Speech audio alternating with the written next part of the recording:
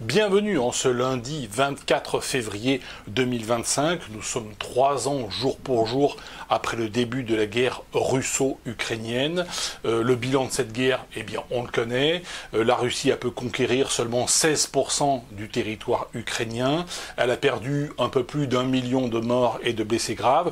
Plus d'1 million d'hommes russes se sont réfugiés à l'étranger pour ne pas être incorporés. À titre de comparaison, en 2003-2004, la guerre américaine en Irak a fait seulement 12 morts et les États-Unis ont pu conquérir l'Irak en seulement 3 semaines, et ce à 14 000 km de distance des États-Unis. Les 3 conséquences de cette guerre sont néanmoins 3 bonnes nouvelles.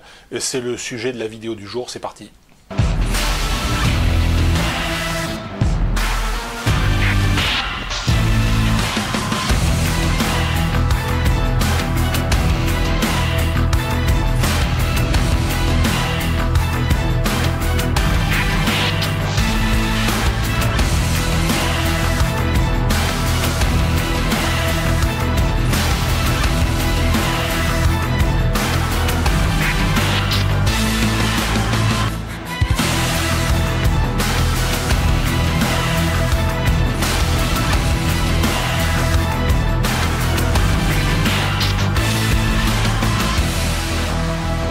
Alors, la première bonne nouvelle, c'est que d'ici 2026, la guerre sera finie parce que les Russes auront épuisé la totalité de leurs fonds souverains. Une guerre se finance par l'impôt, ou par l'inflation, ou par les recettes non fiscales, notamment la vente de pétrole et de gaz, et puis également en puisant dans les réserves et dans les fonds souverains.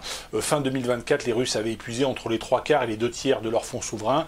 On n'a pas les chiffres exacts, mais d'ici 2025, effectivement, ils auront tout épuisé. Alors après, ils peuvent avoir recours, alors pas tellement à l'impôt, parce que déjà la Russie est un pays fortement taxé, et puis cela réduirait encore l'activité économique, cela ferait fuir les entrepreneurs et les entreprises.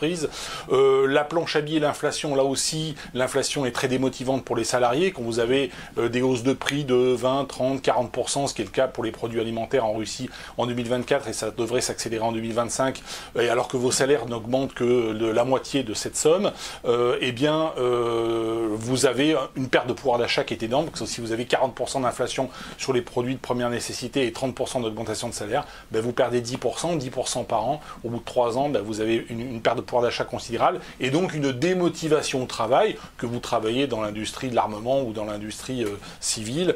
Cette démotivation torpille l'économie, donc financer une guerre par l'inflation, c'est compliqué. L'hyperinflation, c'est un peu fromage au dessert, parce qu'on va me dire des régimes comme le régime de Nicolas Maduro au Venezuela pratique l'hyperinflation, mais le Venezuela n'est pas en guerre.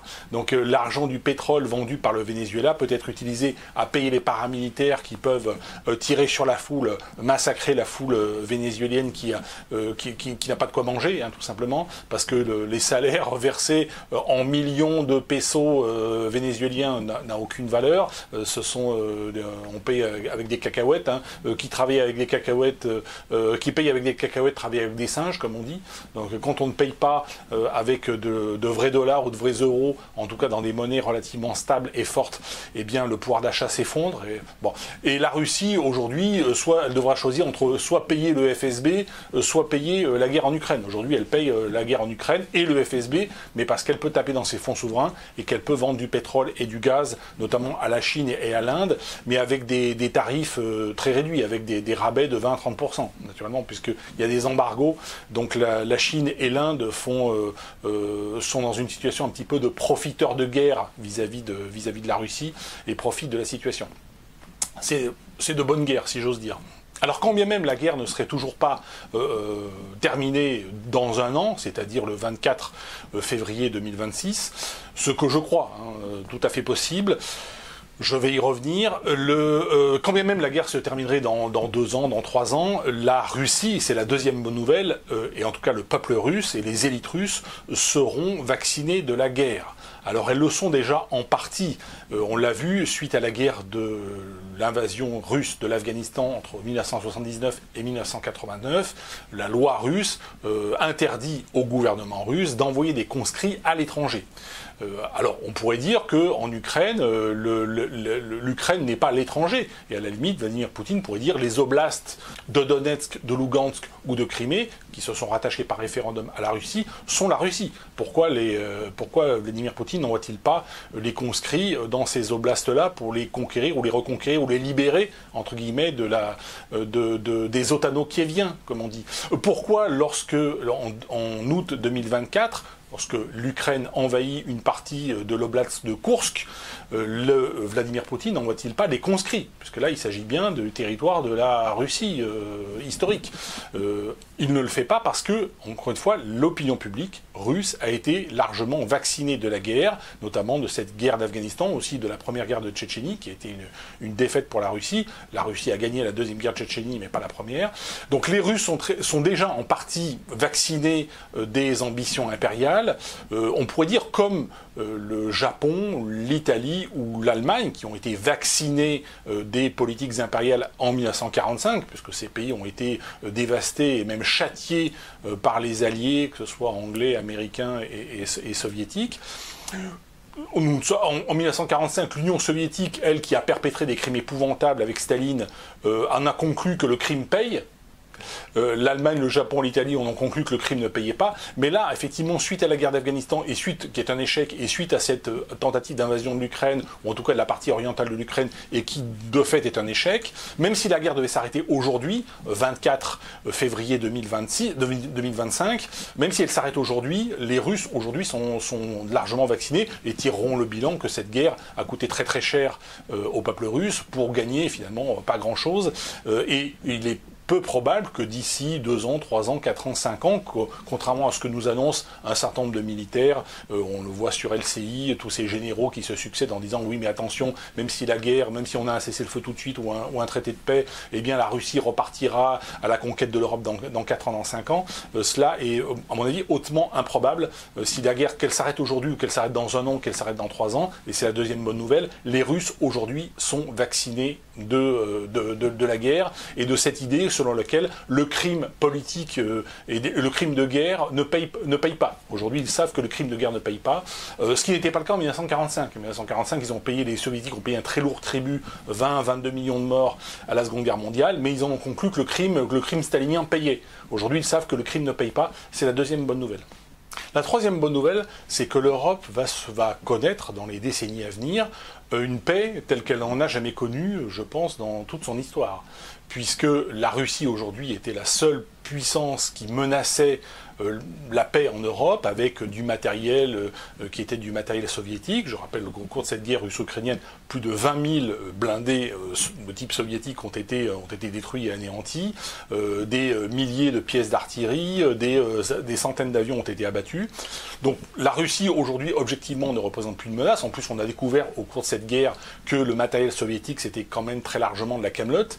Alors même si un traité de paix était signé aujourd'hui, les Russes ne pourraient plus exporter leur matériel comme ils l'ont fait avant 2022, tout simplement parce que le monde a découvert que les Kamov 52, les fameux Alligator, que les T-90 qui étaient censés valoir en termes de valeur militaire d'être au même niveau que le Charles Leclerc ou que les Léopard 2 allemands ou les Abrams américains étaient en fait de la camelote. On a découvert que les navires russes ont été détruits par des drones alors que l'armée ukrainienne n'a même pas de marine. Donc on voit que le matériel effectivement a été très largement surestimé, qu'il ne représente pas une menace. Et là nous sommes au cœur d'un point très important qui est celui de qu'est-ce que la défense nationale, qu'est-ce que défendre la nation. Jusqu'à présent, jusqu'à cette guerre russo-ukrainienne, on considérait la défense nationale était l'affaire de l'armée, une force aérienne, maritime, terrestre devait pouvoir écraser une force aérienne, maritime, terrestre, étrangère et hostile. Donc c'était armée contre armée, char contre char, avion contre avion, navire contre navire, drone contre drone, artillerie contre artillerie, etc., infanterie contre infanterie. La nouvelle défense nationale va être redéfinie en Europe. Dans cette Europe dans laquelle la Russie va redevenir un pays gentil, entre guillemets, comme l'est l'Allemagne, le Japon ou l'Italie depuis 1945, la vraie défense nationale, aujourd'hui, elle va se porter sur la question de la remigration. et de l'invasion migratoire et donc de la remigration.